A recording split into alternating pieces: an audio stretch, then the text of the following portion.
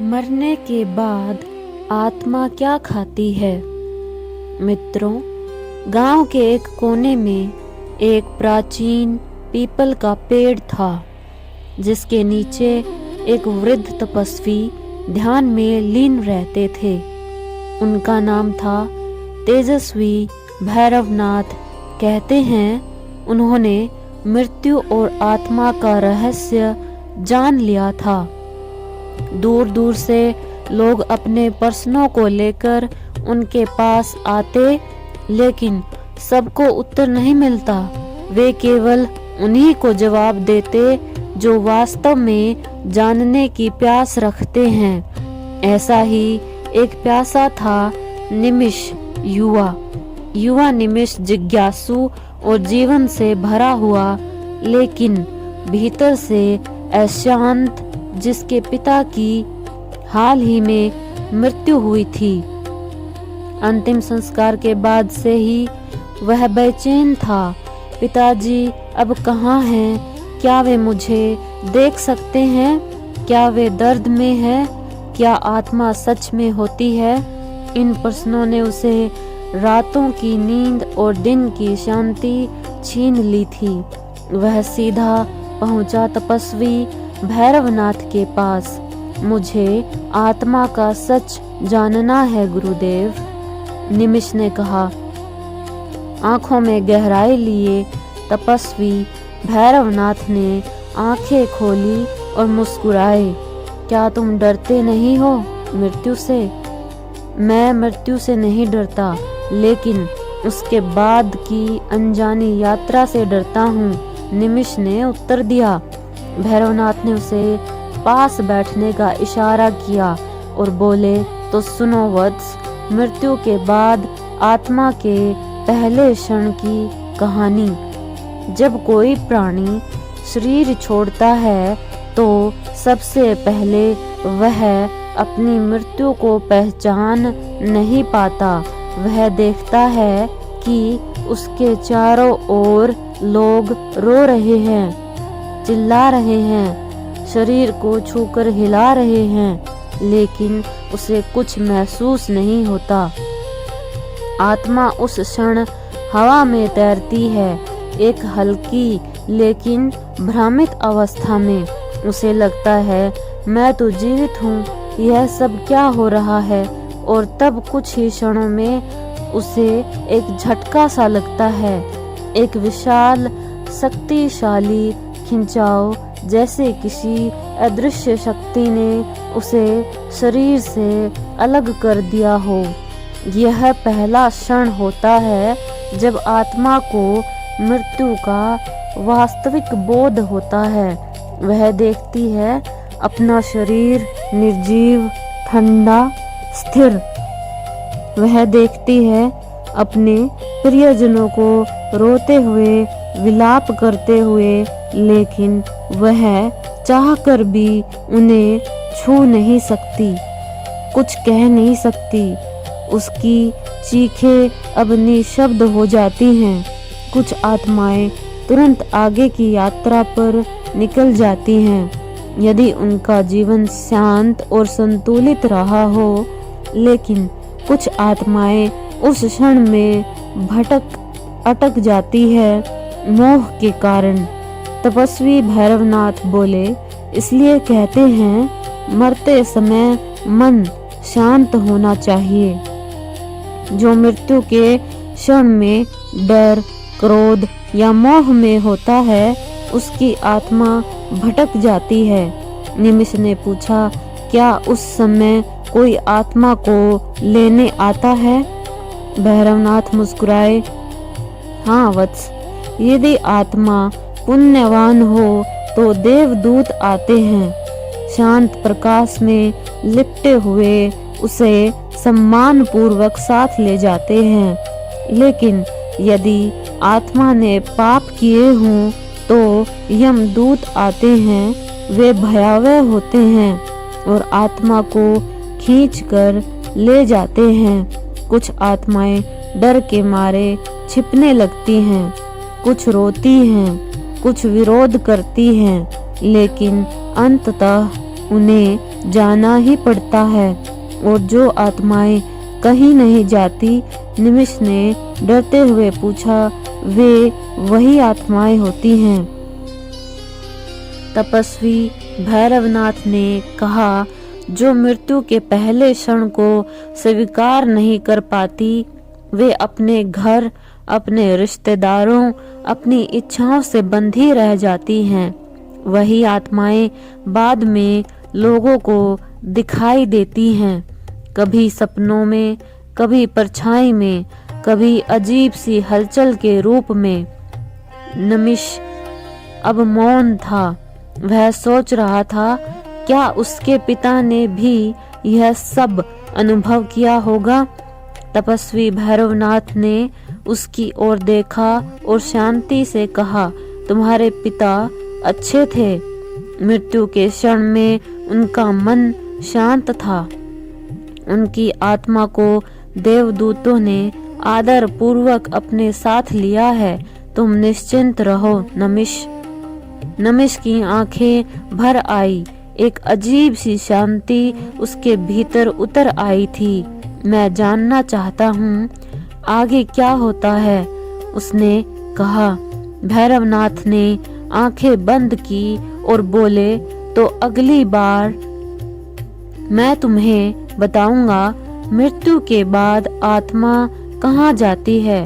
People के पेड़ की छाया में अगली सुबह नमिष फिर आ गया। उसके चेहरे पर अब भय कम और जानने की जिज्ञासा अधिक थी। वह जान चुका था कि मृत्यु कोई अंत नहीं, बल्कि एक यात्रा की शुरुआत है। तपस्वी भैरवनाथ, जो सुबह से ही ध्यान में बैठे थे, नमिष को देखकर शांत मुस्कान के साथ बोले, तुम तैयार हो वत्स? नमिष ने सिर झुकाकर कहा, मैं जानना चाहता हूँ गुरुदेव, आत्मा मृत्यु के बाद कहाँ जाती है? तपस्वी भैरवनाथ ने गहरी सांस ली और बोले, यह प्रश्न जितना सरल दिखता है, उत्तर उतना ही गहरा और रहस्यमय है।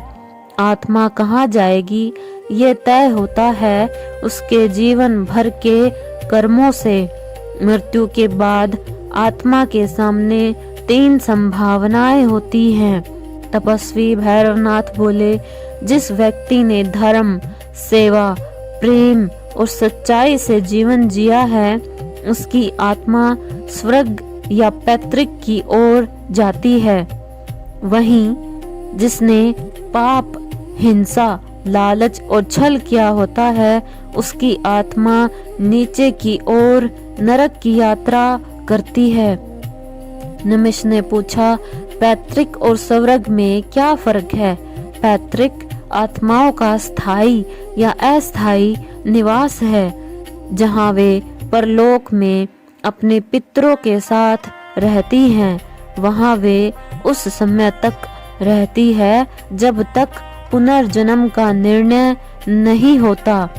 स्वर्ग उन आत्माओं के लिए होता है जो अत्यंत पुण्यवान है। उन्हें वहाँ सुख, सम्मान और शांति मिलती है। और नरक, निमिष की आवाज धीमी हो गई। नरक उन आत्माओं का स्थान है जिनके कर्म अत्यंत खराब रहे हों। वहाँ वे अपने पापों का फल भोगती हैं, न केवल मानसिक रूप से बल्कि ऊर्जा के स्तर पर भी उन्हें पीड़ा मिलती है।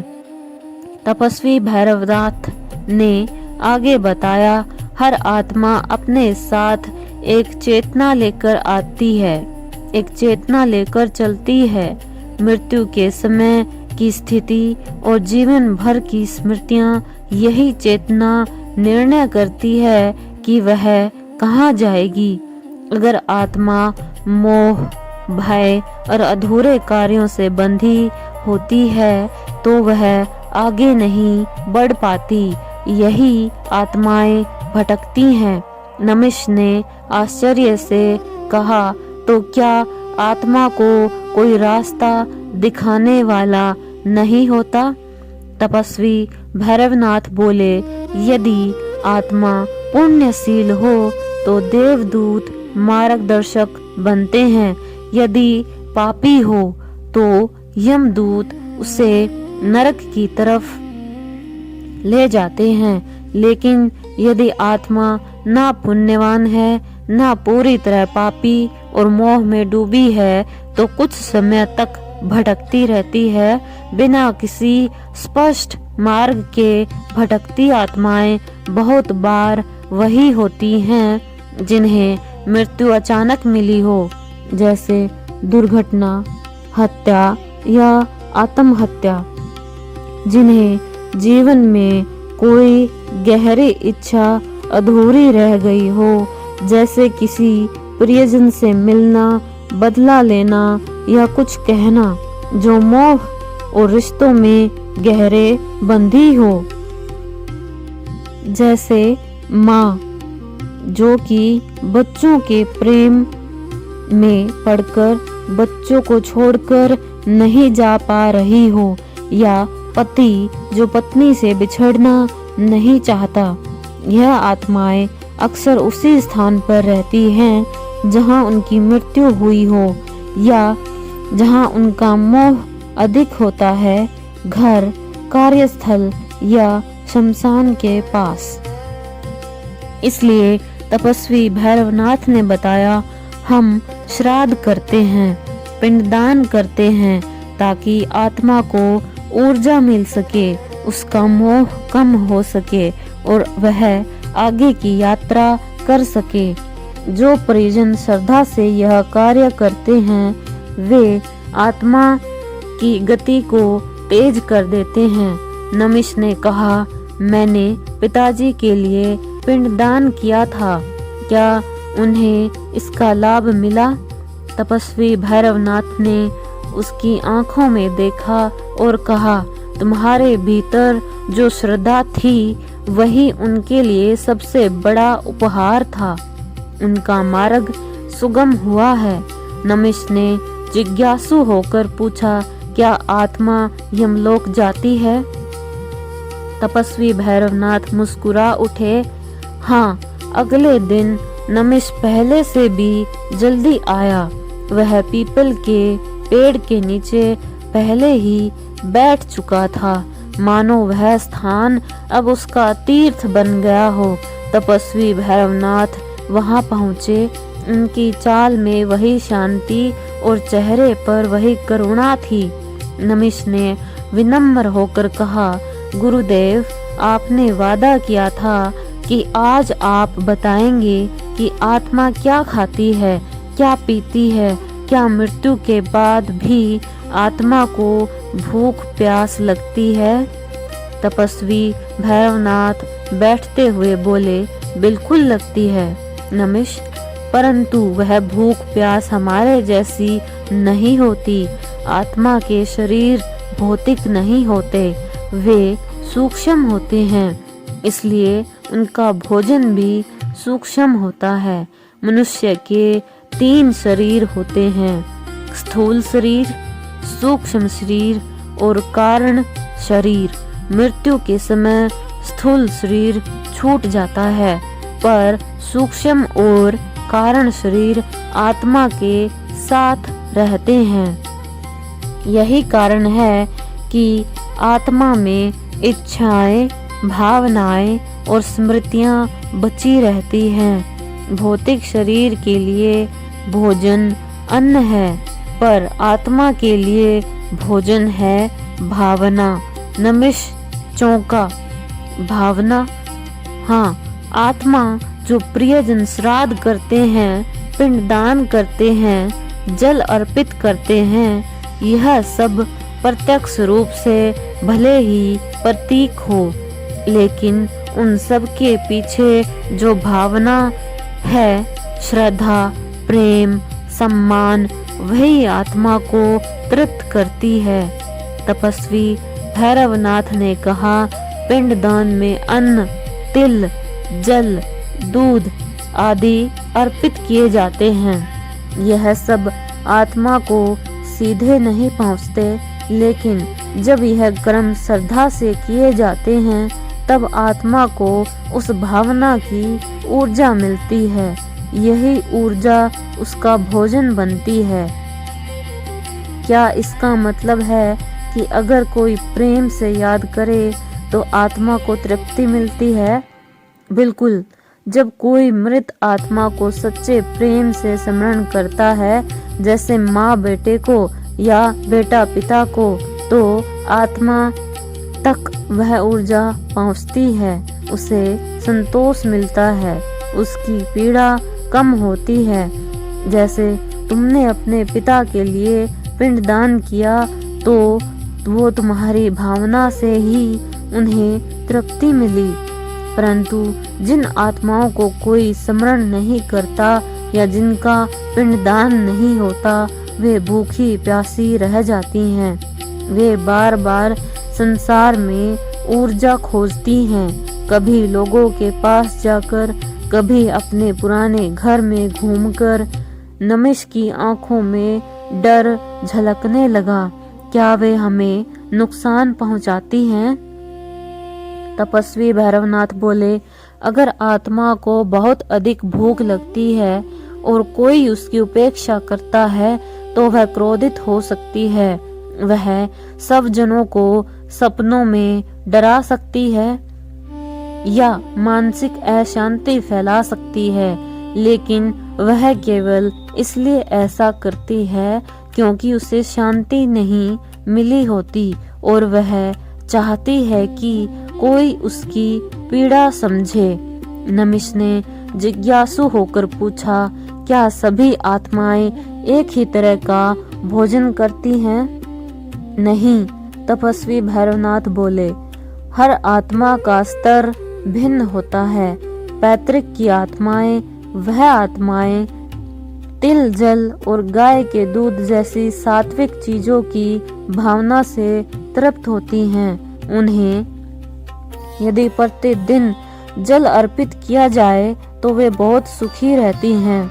भूत प्रेत योनि में अटकी आत्माएं, यह आत्माएं अधिक उग्र भावना से जुड़ी होती हैं।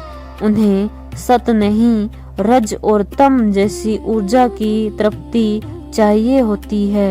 यही कारण है कि इन आत्माओं के लिए कभी कभी विशेष तांत्रिक क्रियाएं भी की जाती हैं। पुण्य आत्माएं, यह आत्माएं केवल श्रद्धा और प्रेम से तृप्त होती हैं।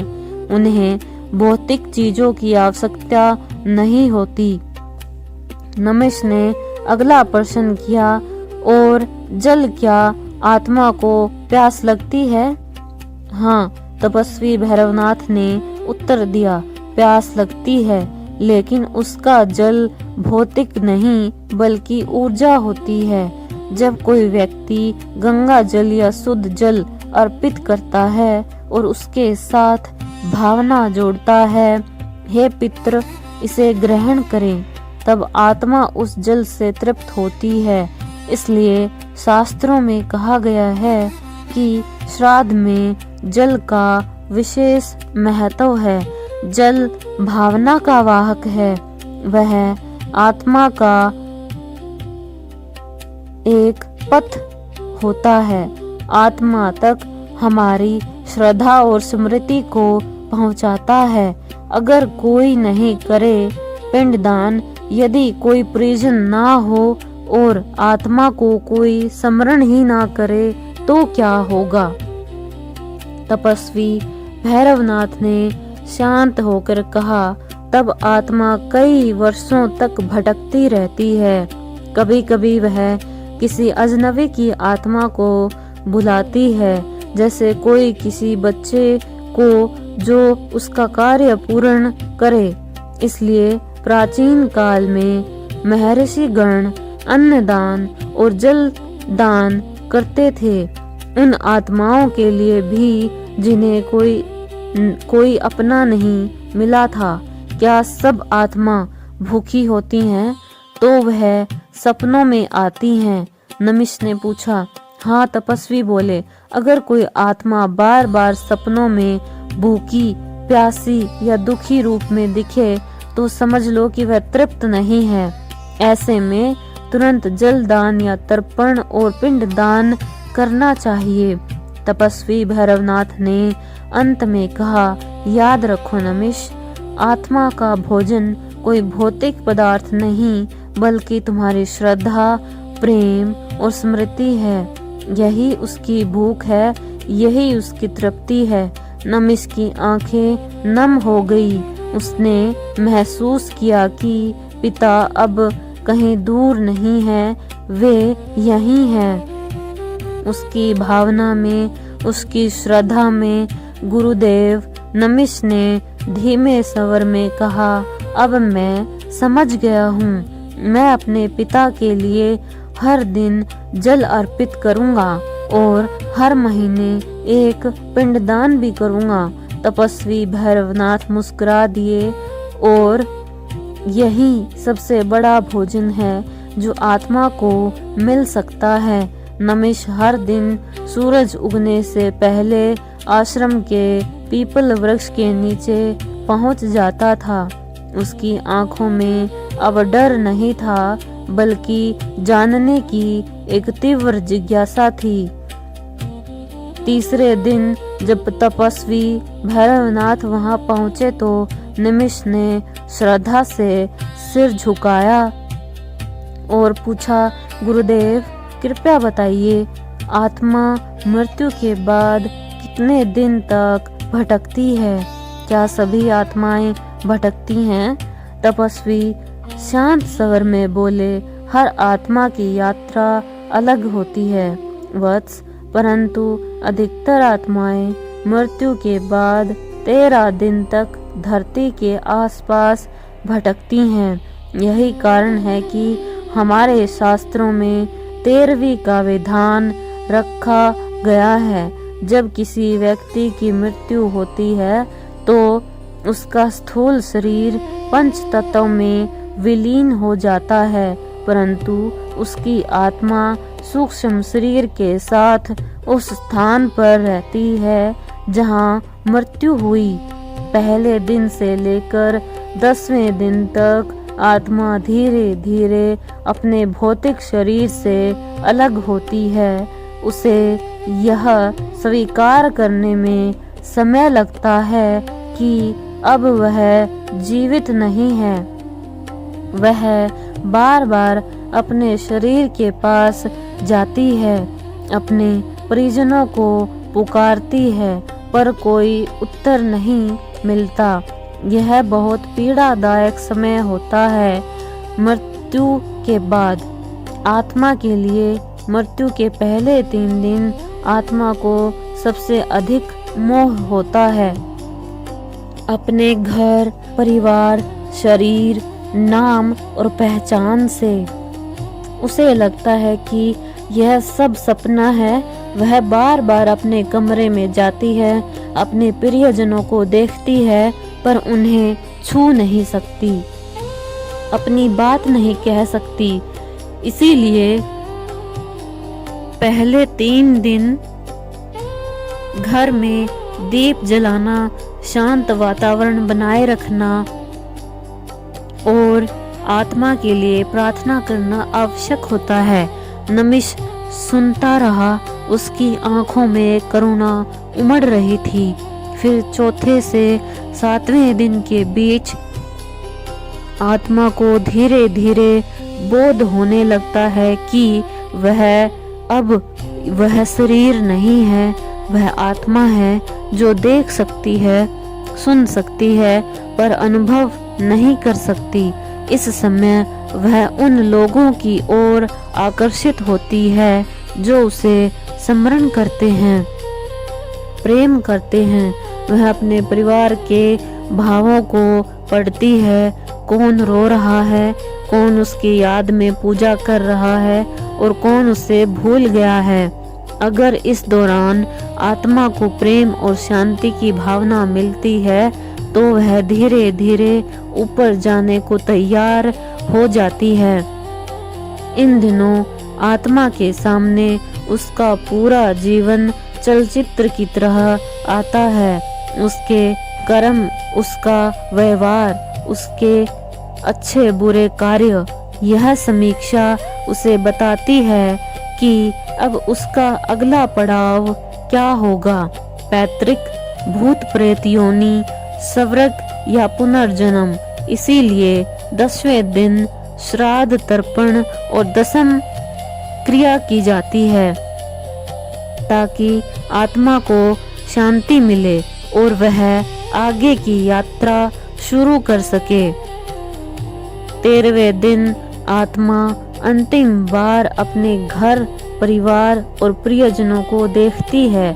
यदि उसे शांति, प्रेम और तर्पण की ऊर्जा मिलती है तो वह पैतृक की ओर प्रस्थान करती है, जहां वह बाकी पितरों के साथ रहती है।